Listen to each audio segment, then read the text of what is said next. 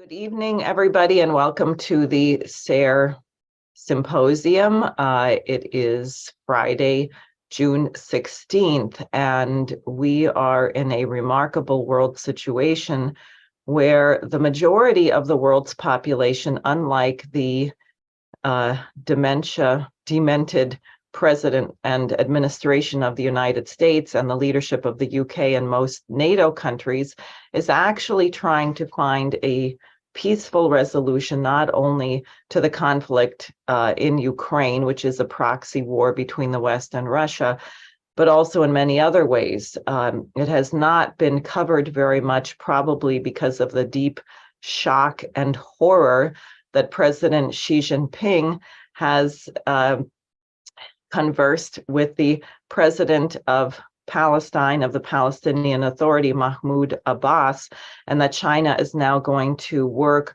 toward negotiating a two-state solution. And you can be sure, given the Chinese approach, that this will be accompanied by massive projects of infrastructure development, as the great American statesman Lyndon LaRouche proposed decades ago. You have the miracle that was accomplished by the Chinese between Saudi Arabia and Iran, and you have the intense collaboration between China and Russia, which creates the conditions, combined with the economic programs of the BRICS nations, the Shanghai Cooperation Organization, the Eurasian Economic Union, where nations actually have an alternative.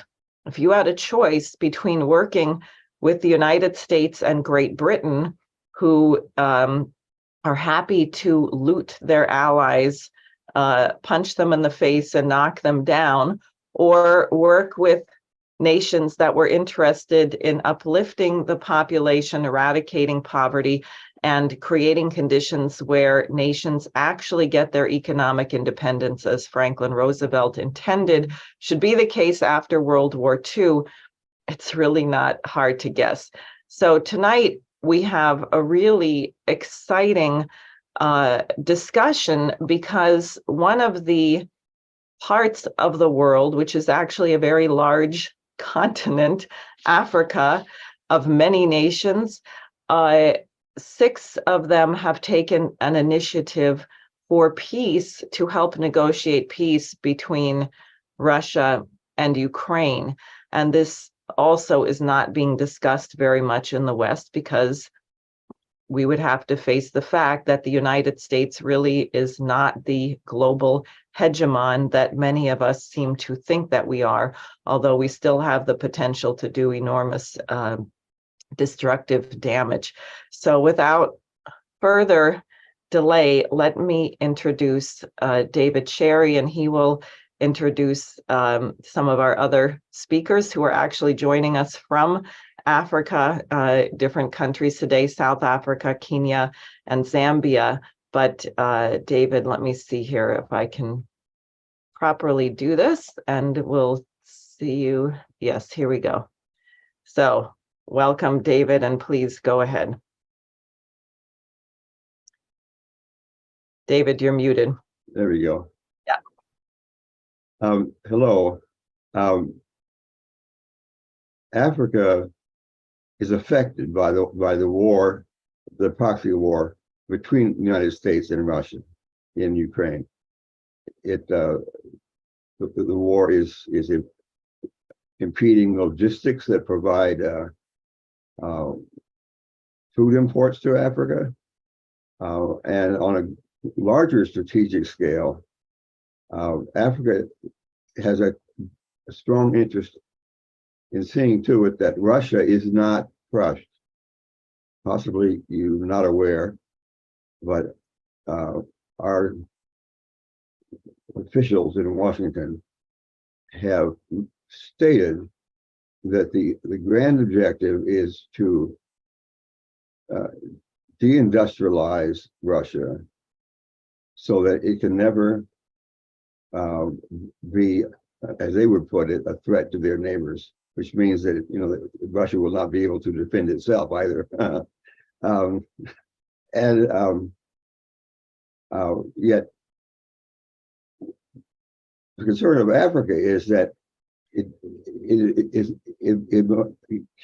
doesn't expect to do well in a world that's dominated by a single power, and that's what this proxy war is about. The United States is saying we will rule the world, and you will sit down and shut up.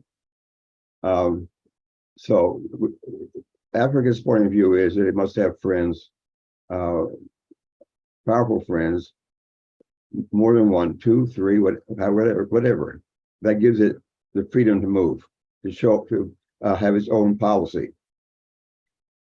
So, in this current situation, some African heads of state conceived that they could not just stand on the sidelines. President Cyril Ramaphosa of South Africa is leading a group of, he's one of 7 African presidents who are now, starting today, on a what's called an African peace mission, part of a larger African peace initiative. The peace mission is to go to Ukraine and Russia, talk to the principals, and get the lay of the land, and then start thinking about how can the world get from where we are to peace.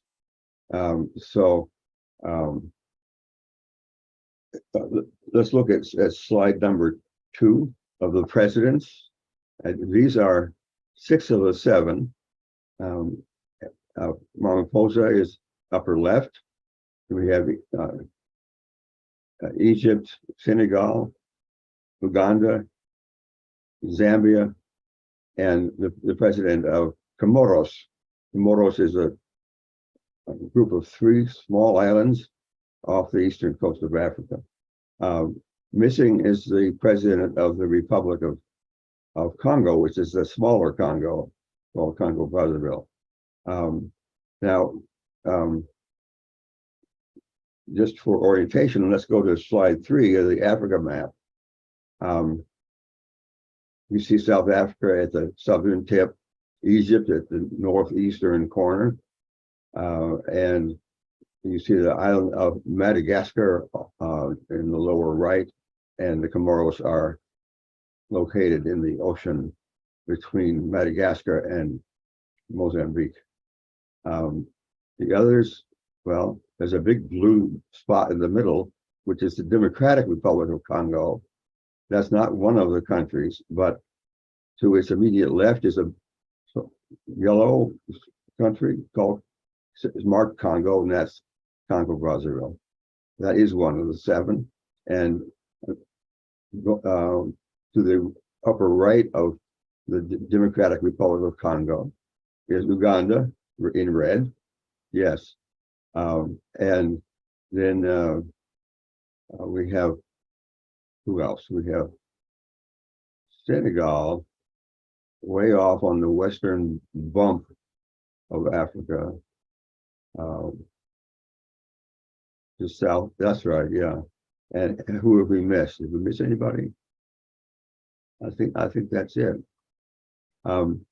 So think of this picture. Africa is proposing to intervene on the world scale as it has never done before. And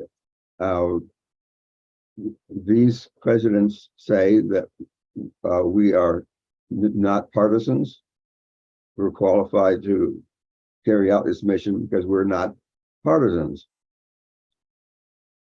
And this is getting a tremendous amount of flack from Washington and London, who are trying to make out the case that South Africa, especially, is actually partisan. And one of the more significant cases is the claim that South Africa held joint naval exercises with China and Russia off the eastern coast of South Africa a few months ago, And well, people in Washington are saying, well, if you do that, how can you claim that you're neutral? Quite ignoring the fact that South Africa has done joint naval exercises with the United States in the past, a few times. It is true that at present, South Africa was invited to do those exercises with the United States, and South Africa declined. But it doesn't mean that South Africa will not do it in the future. Anyway, you get the idea. So one of the things that happened was the ambassador to South Africa, Ruben Brigitte, went on television, national television in South Africa, and accused the country government of shipping arms to Russia. And this has made a huge noise in South Africa and elsewhere, but it's not shown that that's true. Actually, the ambassador has declined to bring forward any evidence, and it's clear that officially South Africa did not order any weapons to be put on the ship, the Lady R, that was a Russian ship tied up in Cape Town. But it's still possible that there was some private operation. But South Africa is investigating that, and we don't have an answer. Anyhow, I'm just saying that there's a big effort to interfere with this idea that that South Africa is qualified to do this. And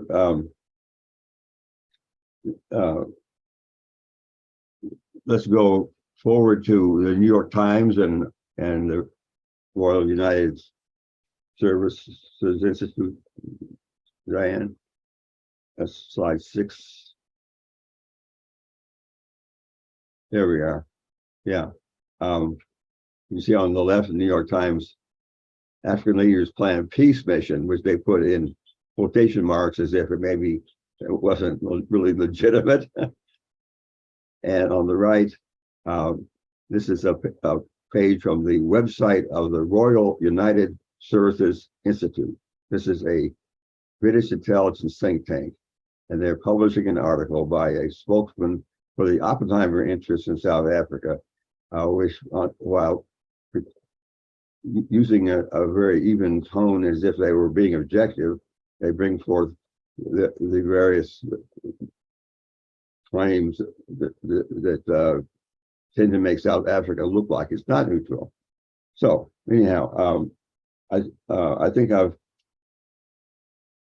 said enough for now, and I'll come back to this pushback after Meshack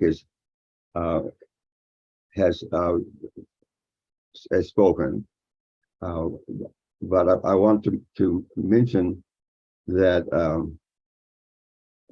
President Ramaphosa and his foreign minister, Naledi Pandor, and their aides flew to Poland yesterday, and from there they plan to go to Kiev and Moscow. There's been a serious incident in Poland involving their stripping of their security, and I think Meshack may give us more on that. But Meshack is going to talk about the BRICS grouping, and also the issue of de-dollarization, getting away from relying upon the dollar for international trade. Those are important related background issues. He will discuss those first, and then he will go directly at the question of the African peace mission. Great, thank you, David. And Meshack Makongo, if you would like to also tell people a little bit about who you are as you proceed, please go ahead. Okay, Diane. My name is Meshack Makongo, and I'm the LaRouche leader in South Africa. I've been in the movement for the past 15, 20 years, and we've been organizing against the oligarchical system and the oligarchy within South Africa. Because South Africa, it becomes a special country when it comes to oligarchy. The reason being, we see oligarchy evacuating and controlling other countries outside of those countries. But in South Africa, they are here. They stay with us here, their agents are here, and they operate within the country. But coming back to what David has just presented and what he desires me to go into, I will start with BRICS, because you'll understand that these two things are the main thing, which is the BRICS summit that is coming, and what are they going to discuss in there. It's one part which makes the world to try and pull South Africa into a proxy war. And then the second one is the peace mission, which is a great importance within Africa itself, more than the way it is important between Russia and Ukraine. So I'll go into those two, but firstly, let me establish why BRICS is so important within these discussions. So I'll go into my presentation to be able to set apart why this currency development is a major threat to the world. I believe that a BRICS bloc, which is Brazil, Russia, India, China, and South Africa, has witnessed a significant expansion in the recent years, emerging as a formidable force in the global economy. The need to carefully evaluate the requirement for sustained growth and weigh the effects of outside events on the stability of the bloc becomes more pressing in these countries continue their deepening their economic ties. And looking at the opportunities that they present, because somehow this development is becoming a threat even to the IMF. So I will explore the viability of BRICS, shared currency, and consider how the continued conflict in Ukraine may affect the bloc's unity. As a BRICS member looking at lessening their reliance on the US dollar, the effect of economic sanction, the idea of a single currency is gaining steam or is gaining momentum. The common currency among the members of these countries may facilitate trade and investment, improve their financial integration, and promote greater economic cooperation. However, developing a single currency is a difficult task as calls for a careful consideration many economists and interests that will make up what BRICS is. Comparing the proposed BRICS unified currency to euro, similar difficulties will exist. The establishment of a union currency is difficult and drawn-out process. As the European Union's experience has shown, the process is made considerably more difficult in this case because of BRICS due to the distinct economic environments, varying level of development, and various monetary policy adopted by each of these members. A significant member of BRICS, Russia, has emphasized the need of boosting the group's power and promoting a single currency.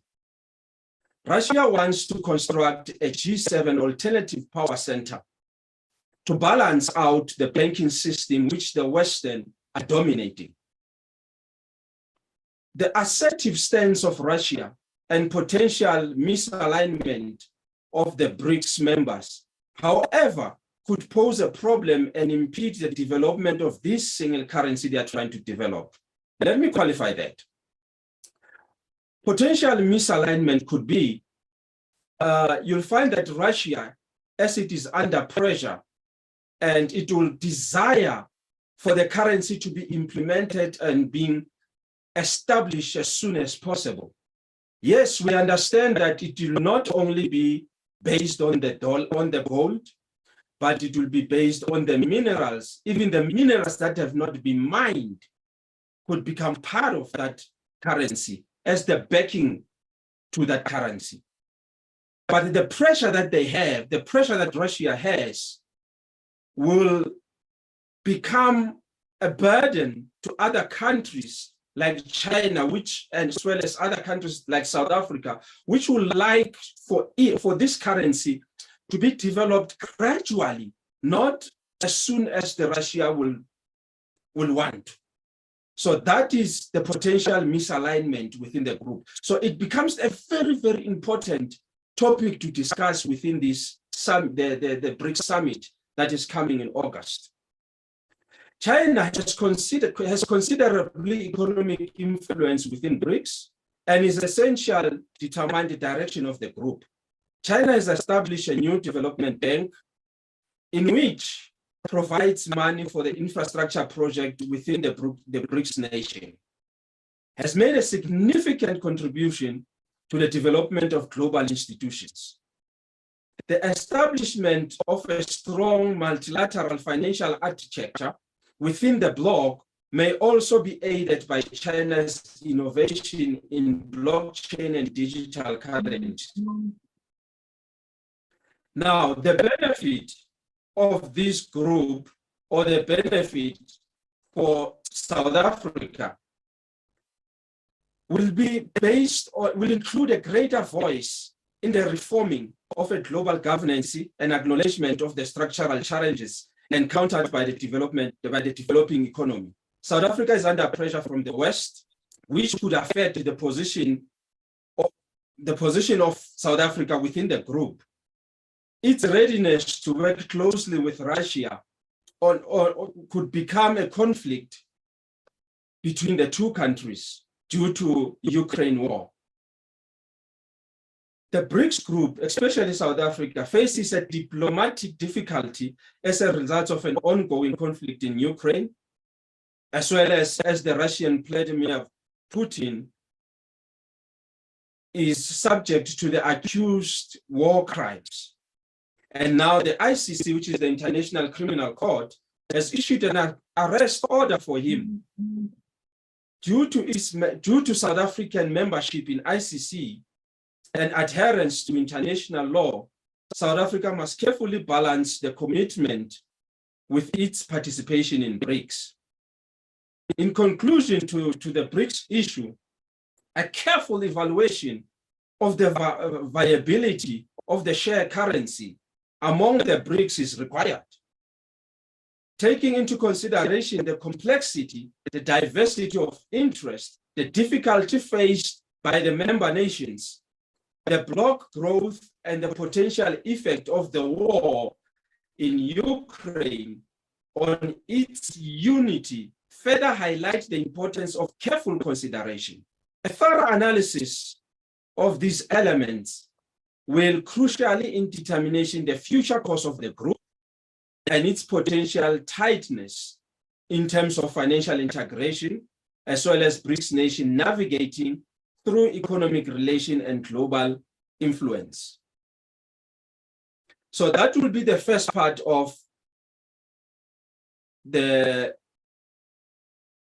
development within the BRICS nations, which they are facing when it comes to what they have to do and what this proxy war has determined. Because probably to the elite, this BRICS nation, it's a threat to them. Remember, they have killed Muammar Gaddafi in the Obama administration when he tried to do the same thing. So now BRICS is heading that direction. So let me look at the issue based on the peace initiatives which the African countries have taken, because it's one of the most important steps towards the war between Russia and Ukraine. South Africa, as part of the African Peace Initiative, which seeks to address the ongoing situation in Ukraine, numerous leaders of the states from African nations are traveling to Russia and Ukraine. The leaders which David has clearly mentioned, which include South Africa, Zambia, the Comoros, Congo Brazzaville, Egypt, as well as Senegal and Uganda, led by the President Ramaphosa among the participants.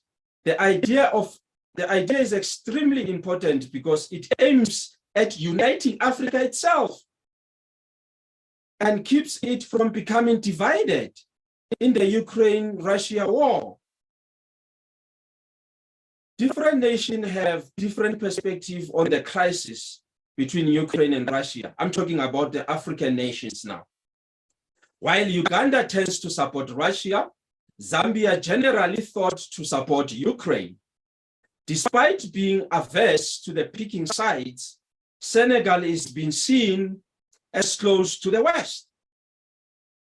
The economic tigers of the North and South, Egypt and South Africa, respectively, continued to be non-aligned. They have, however, come under fire for supposedly siding with Russia, with worries expressed about Egyptians' failure to block Russian flights, and South Africa possibly what David has just described and presented as the Lady R, the ship that bought South Africa, which they are accusing South Africa of putting arms, military arms into those ships. This peace mission represents a united front in response to the pressure on Africa itself to support one side or the other in conflict. The Africans continued actively seeking a peace outcome to the dispute in order to protect itself from becoming divided. As the continent's votes inside the UN General Assembly and other multilateral institutions are highly priced, experts stress the need of Africa having common viewpoints to successfully navigate the geopolitical landscape. This mission's leadership, the mission that the leaders are taking by South Africa is especially important. It reflects the nation's proactive attitude to maintaining the international peace and the non-aligned posture, particularly in light of criticism of its purported Russian-leaning policy. The mission's leadership by Ramaphosa demonstrates South Africa's dedication to uphold peace and the allegiance with the military faction. They are concerned on both sides, I will say that. Even though it is anticipated that the mission to Russia and Ukraine will address crisis and possibly persuade President Putin perhaps to skip the upcoming BRICS summit in South Africa in order to avoid the embarrassing circumstances. The Russians might organize their own contingency plan and send a senior official instead of President Putin. Experts feel that if President Putin chooses to skip the summit, the weight of the summit could be diminished by the arrest of the leader of the nuclear power like Russia. But South Africa's choice about the future visits from President Putin might have an impact also. Among the possible results include breaking South African law if South Africa allows if the president of Russia, President Vladimir Putin, comes and South Africa does not arrest them, there could be South African law being broken, harming the nation's reputation for upholding the rule of law.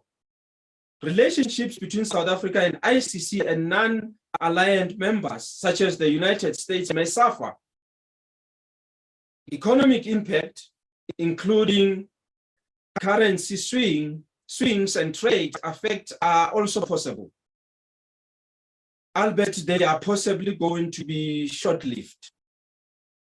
The African Peace Initiative, led by the continent, emphasizes the continued commitment to non-aligned with major world powers and peace. It stands as a proactive move in the direction of harmony, peace, seeking of diplomatic solution to this dispute. The accomplishment of this mission will help Africa preserve its status as a prominent actor in the international affairs while navigating the tension. In conclusion, African continents will greatly benefit from the peace mission, from the African Peace Mission Initiative between Russia and Ukraine. The heads of state wants to show their unity and priority and careful peace solutions to problems by actively pursuing peace and rejecting allegiance to the combatant groups. The success of this operation will only have an impact on the crisis between Ukraine and Russia, but it will also strengthen the commitment to non-aligned and peacekeeping on the international scene. So, looking at these facts that we find ourselves in as the continent, it's mostly important to regard this situation as very, very important to us, not only between the two countries, which is Russia and Ukraine. But as David has mentioned, there are things that have happened in Poland because the presidential security have been refused entry, and they stood in the air within the aeroplane for a couple of hours before they dodged down. And after they dodged down, they are now still in Poland, and the president is now in Kyiv. And the reasoning behind this is that they do not have the original permits. The ambassador to Ukraine from South Africa has printed these permits. So they want the originals. And some of the security clusters, they do have the permits, the original permits, but still they have been refused to leave. The armaments that were meant to protect the president are being confiscated, and they are refusing to give them. There have been negotiations in the last 26 hours, but they are still there in Poland. They even refuse, even South Africa, to come back, those security clusters to come back. So this to us indicates one of two things. One would be the side which Poland is taking in terms of this proxy war, or secondly, they are highly refusing to let these armaments as well as the security clusters because they believe that South Africa has taken sides in terms of this proxy war. So these are two facts which has to be established into why, because even the head of security from South African cluster has indicated that there is some racial tension that are taking place from the Poland officials. So with that, I will end my presentation. Thank you, David. Well, thank you very much. So I'm going to bring everybody on. Let's see here, David and myself. And we have now also joining us Ishmael Phali from South Africa, and also Jasper Machogu from Kenya. If I can get this all here. Yes, I managed to do that. So first, thank you very much, Meshack, because that makes a number of things clear. It should also make clear to some of our listeners that the problems we have talked about in Ukraine of these various white supremacist operations are not made up, although I think it also particularly has to do with the possibility of any peace negotiation. The British want to sabotage it every way they possibly can, and their lackeys in the United States. But why don't we go to Ishmael and see what thoughts he has about both the BRICS developments and the peace process. And I have some other things, and David probably does too. But Ishmael, if you'd like to go ahead, and don't forget to unmute yourself. Thank you, Dan. Based on what it has been discussed and the issues that David and Meshack have raised, this also brings me a concern to me in particular in case of the issue of the currency that needs to be developed. One other thing is that, as you know, that the problem that we have is deep rooted. As Meshack has mentioned, that based on the economic system which each country is using, and a number of us, in case of, let's say, for instance, I will take it from the economic system that Lynn wanted to introduce, that the physical economic system, when compared to the one that we are currently using, and of which I know a number of the countries are using the Western system, not the one that Lynn wanted to introduce, so that all the countries of the world to develop. It's clear that we do have a lot of work to do so that we can change the systems that we are using. And then in case of the peace initiative, that is our President Ramaphosa and the delegates that they took, is something that we need as well to ensure that we do have a peace in the whole world. So that's my wish, that the war between Ukraine and Russia can end. But my concern is that I wish as well, even this delegate can also approach the perpetrators of this war. That is United States of America and the Europe, or the allies itself. I think that's where, because sometimes I think going to Russia and Ukraine is like we are only dealing with the top of a cake, not the inner part of the cake. That's my input on the matter. Thank you. Thank you. Jasper Machogu, any thoughts? Hello. Hi. Okay. So I'm Jasper Machogu from Kenya.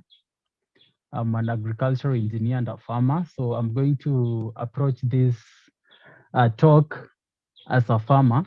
So what's happening is, if you look at it today, Russia recently sent us 34,000 tons of fertilizer, and that's something that the West never does, because net zero policies, they chasing the climate change scam.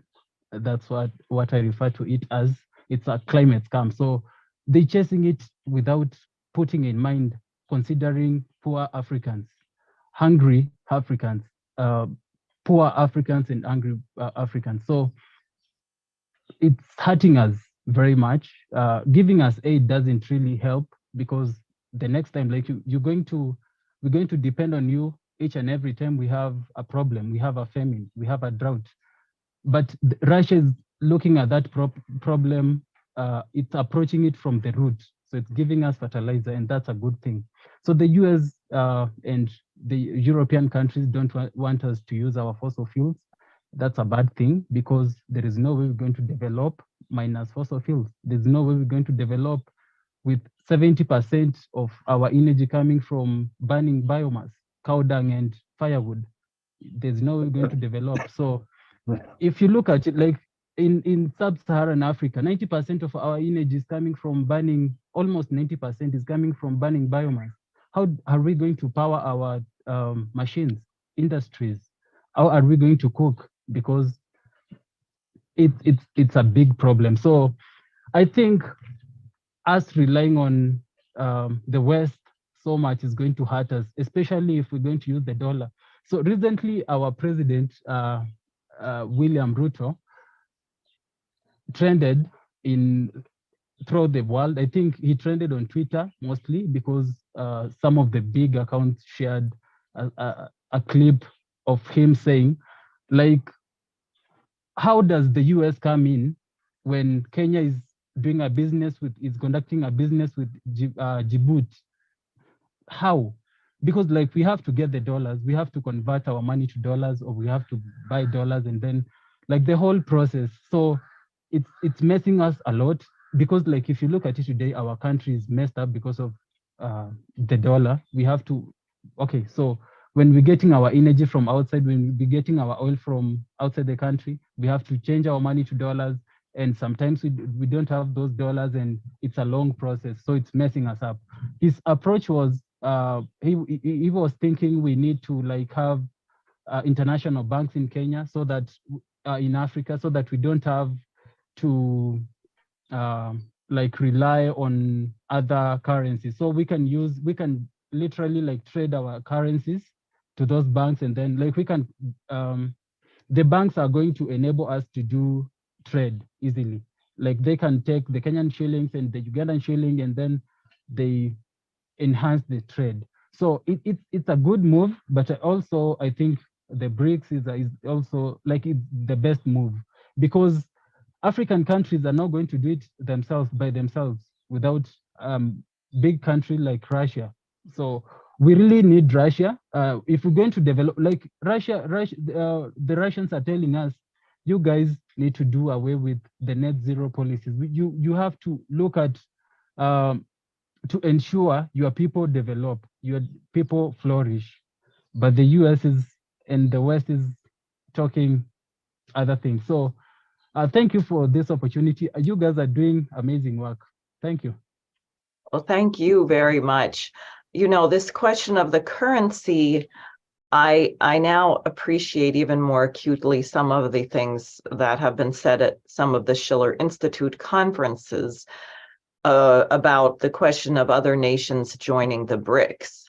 One person said perhaps we should have concentric circles, because the original 5 countries have many things to work out already. And if you start complicating it with a whole bunch of new countries coming in on the same level, then we have to establish a framework. I also think the question of what LaRouche said, which is the world, it will not work if the world is divided into blocks. And I know Helga has said this repeatedly. And it means that those of us in the Western countries, and I think you can help, we will try to give you a platform for your voice in the United States and in Europe, because we have to change the United States. This question of the Kennedy principle, we're on the 60th anniversary of the incredible speech that former president, or the assassinated president, John F. Kennedy gave on the need for peace. And how do you get peace? It's working on the common interest of mankind. And some of these should be very obvious: energy, food, clean water, healthcare, a decent education, access to decent housing.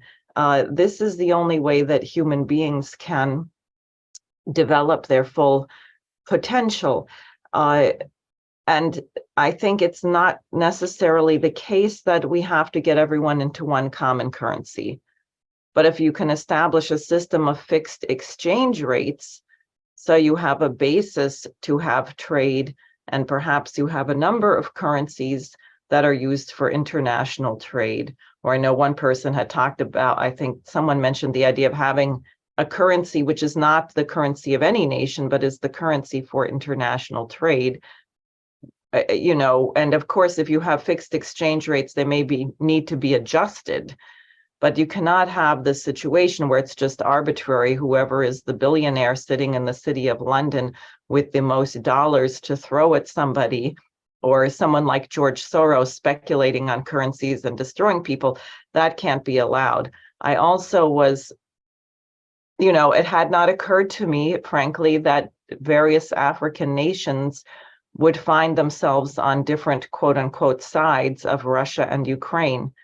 So what was brought up about the difference between South Africa and Zambia, that's also, I think, extremely important. So this peace mission becomes clear to me. It's not merely about this situation of ending the proxy war against Russia, but it does have important implications for the individual African nations as well. That's much more clear. David, why don't we go to you? Your thoughts. It looks like Meshack. I hope he can come back. Maybe his connection was bad or his time ran out. Yeah. Two comments. One, President Ramaphosa's life is at risk. Until he and his security force are reunited, he is in a very unpleasant situation. And evidently, this has been calculated by, well, I don't know who this, the polls brought it about, but was it coming from them or was it coming from London and Washington? Who knows? The other comment relates to what you just said, Diane. That it's necessary to see a lot of the conflict between African countries and the West in the framework of the current Western policy, which is Malthusian. We get focused on the Ukraine war, we overlook or we lose track of the fact that the green policy is a policy of deindustrialization and depopulation, and it's not just Africa or Asia or Ibero-America that's targeted. They're doing it to themselves. The West is doing it to itself. For example, Germany right now, that's ridiculous. They rejected nuclear power outright. Then we said, we're not going to have any oil from Russia. Of course, actually, they're getting some right now indirectly through India. But really, they are, you know, the governments are forcing these poor people in Europe to be paupers. They're telling the farmers in Netherlands and elsewhere in Europe, you can't farm that many acres because it'll hurt the environment. You're going to put too much methane into the atmosphere.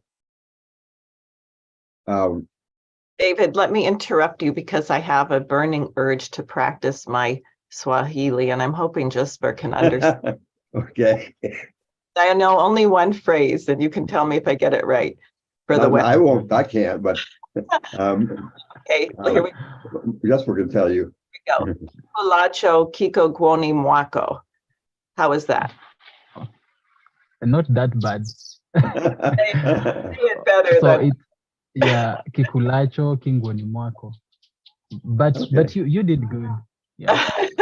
What bothers you is under your clothing. You're causing your own problems in the West. Oh, okay, yeah. So, you know, if people do not understand where these irrational, to us, irrational policies are coming from, they may not be adequately able to fight them. I think it's necessary to put the finger on this policy and say, this is your policy. We know where it came from.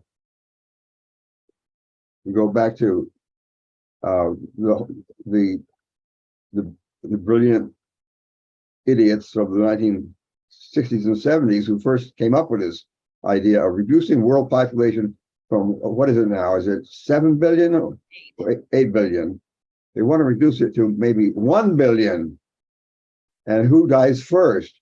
Well, the part of the world that is politically the weakest, that's where the people are going to be killed first.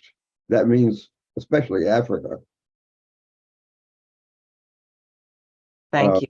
That's a very good point. And I think people are catching on. You mentioned the Dutch farmers, and we had one of the leaders of the farm movement in Holland on the symposium a couple of weeks ago.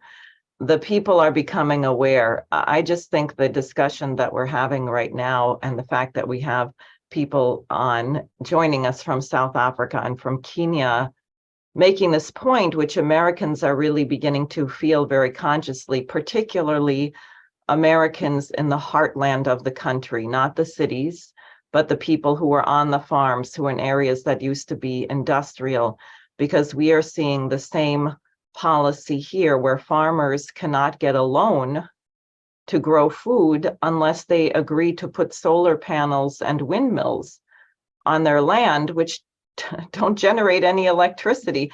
In fact, I knew this already from the windmills in upstate New York.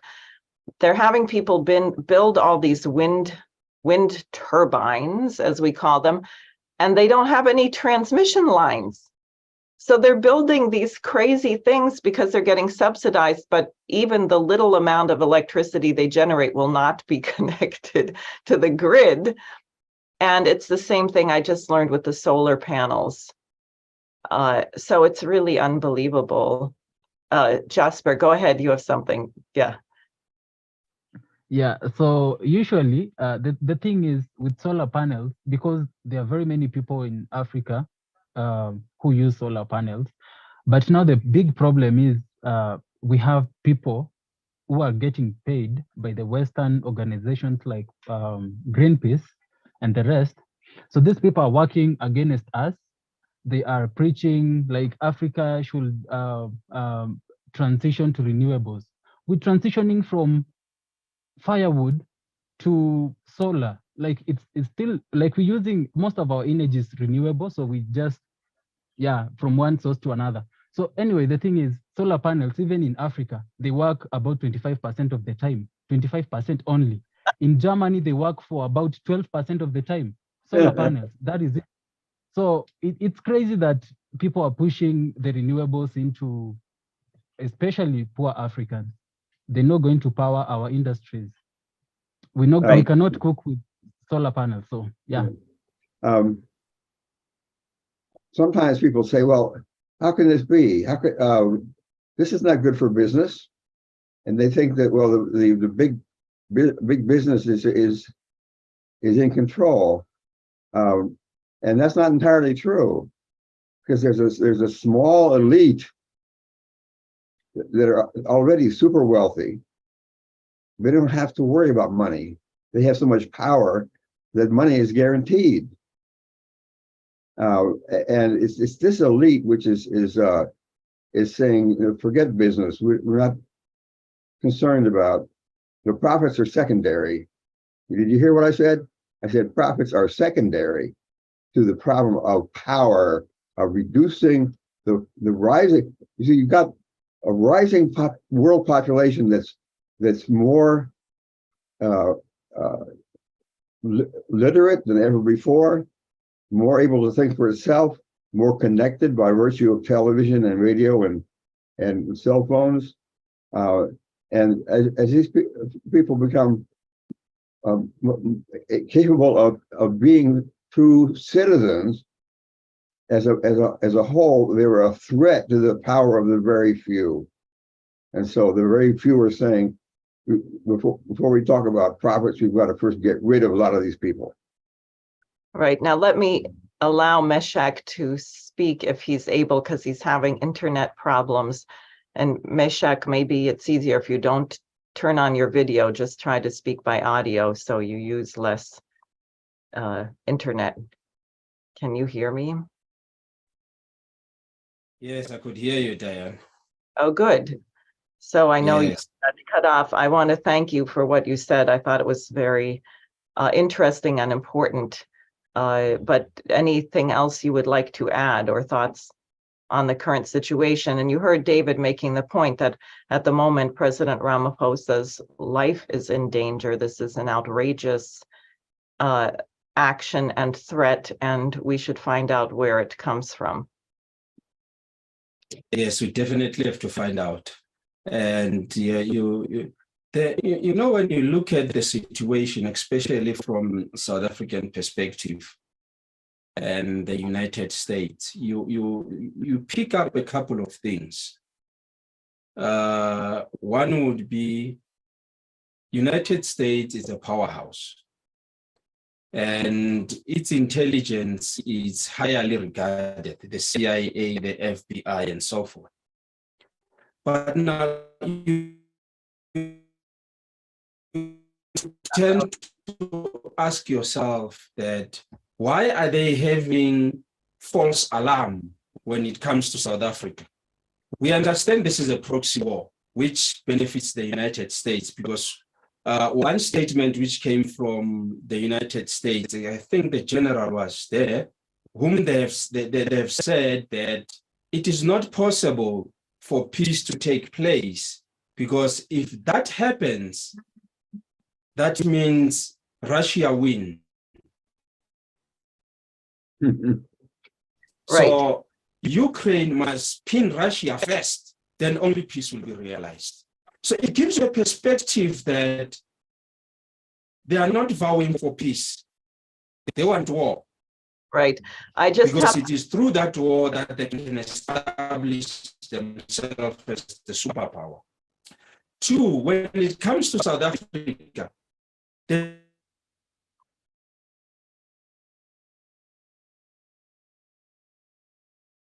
oh dear. We have lost you, Meshack. I don't think he can hear me.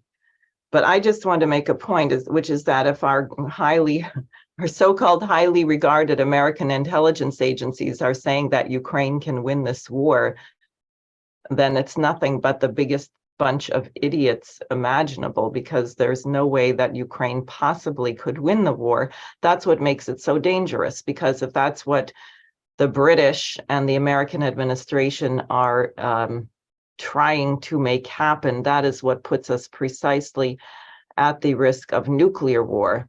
And I also would like to say, I'm just trying to see how to get him back here, that I was in a discussion yesterday with some people who've been involved in congressional intelligence and research, and the point was made, remember, we're coming up to a presidential election in 2024. So Biden is being told it's going to look really bad if Ukraine loses this war. It's going to hurt your reelection. So therefore, your reelection, and I don't know why a senile man is even thinking of reelection. He should go to a nursing home. But that this will hurt your reelection. So therefore, you have to make sure Ukraine wins. And he has, according to Ray McGovern, who suspects that the person briefing Biden is Avril Haines. I guess she's National Security Council or DNI. No, she's DCI, Director of Central Intelligence. Yeah, Isn't she? I think so. I think so. At any rate, and she's getting briefed by Blinken, who is the guy is a political hack. He's not a military person. He doesn't know strategy. He doesn't know anything. So is Biden or whoever is making these decisions deluded enough to think that Ukraine can win or is winning because they're being fed a bunch of lies? And then in that deluded state, just saying, well, let's just send F-16s, let's just send depleted uranium, and they're sending more and more dangerous weapons bordering. And then I saw an article in RT, actually, which was quite alarming, by a person with a Russian think tank saying that perhaps Russia has to consider a first use of a nuclear weapon, because everyone in the West has forgotten how devastating nuclear weapons are and maybe we should remind them. So anyone who thinks that there is an off-ramp because someone who's currently in power in the West is going to come to their senses, I'm afraid that's not happening. This is going to require people within the institutions having the courage to become whistleblowers, to stand up and to tell the truth. And again, as I say, I think your voices, the voices of people from South Africa, from Kenya, from Malawi, from Indonesia, the people of the United States and Western Europe actually need to hear from the West of the world very directly. I think that can make a difference.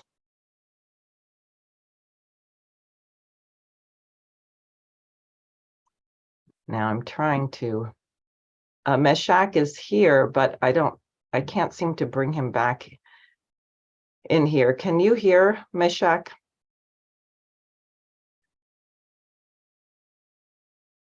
Maybe his connection is not good enough.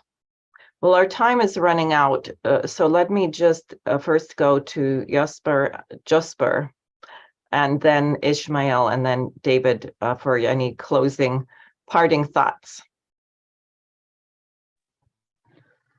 Okay, so I think we really need world peace. We cannot do with these wars.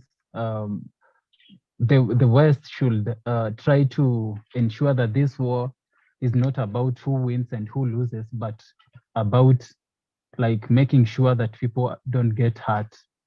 So that's my closing thought. Thank you very much. Ishmael? Okay, thank you. With all the issues which have been discussed, it's clear that we do have a lot of work to do in ensuring that the truth is told, because whatever our media is telling us, there are a lot of issues which they are covered, which they are hiding, which means it doesn't tell us the truth. So since the media is owned by the elite who are pushing the whole propaganda, it's clear that we have a lot of work to do, and mostly with the case of peace is something that we need to achieve as soon as possible for all people to live peacefully. I'd like to thank you. Thank you. Thank you. Thank you so much. David? I think it's important to keep an eye on what the people in Washington, both in the Congress and in the executive branch, are doing about South Africa. There's one form of harassment after another. Especially, you've got this African Growth and Opportunity Act, under which certain African countries are permitted to export to the United States tax-free, import tax-free. South Africa is a major beneficiary. Automotive assembly plants are numerous in South Africa. Ford and Mercedes-Benz and other brands, other makes. And where do those cars go? They're exported to the United States and to Europe. So it's going to be a huge blow to South Africa if Washington decides that South Africa is no longer qualified for the benefits under this law, and that could happen. The eligibilities for 2024 are right now being decided, and the law says you're only qualified to get this kind of benefit if you do not cross the United States on its foreign policy. So here we are. You know, they're accusing South Africa of crossing the United States on its foreign policy. They don't accept the idea that a country can be friends of Russia and the United States. They don't accept the idea that South Africa can consider the United States a friend even while criticizing its policy. They don't. In other words, they're saying you have to, you're with us or you're against us. So already you've got a flight school in South Africa that's been sanctioned just in the past few days, and now we have this harassment of President Ramaphosa in Poland. You know, they're definitely on a roll in the case of South Africa, and since South Africa is so important in Africa, if they can harm South Africa, the rest of Africa will be on notice. So with that, I should stop. Okay, great. Now Meshack is here. Can you speak? Yes, I think, can you hear me? Yes. Yes. Okay. In closing, Diane, I believe that South Africa, the United States have targeted South Africa. I believe since 2016, because of these alertness that they have embarked on, which have proven to be nothing. I'll mention three of them. One would be the embassy said the Americans who are in South Africa should be careful and buy a lot of food, as well as buy their own solar system for electricity, because South African electricity is about to shut down, which has never happened. Two, when the ambassador Brigadier, what he has done was not out of blue points. It has been planned. It might be things that South Africa are being attacked from different points, which one could not see the overall strategy, but that has hit the rand, the South African currency, sky high. And the third one is the threat that the letter which they've sent to South Africa, they've sent to the White House in terms of the AGOA, which David has just mentioned, which will threaten the opportunity of South Africans trading with United States.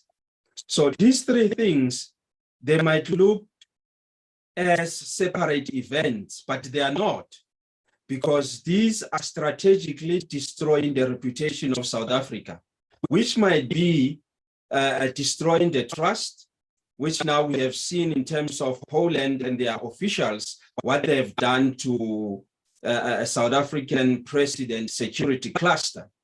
So this might be some of the things that are destroying South Africa, because it's a threat to them through BRICS, because one of the advantages that South Africa has in aligning with Russia as well as China is that they can be able to call or stop a veto power from the G7, because Russia might agree on whatever South African perspective, or China.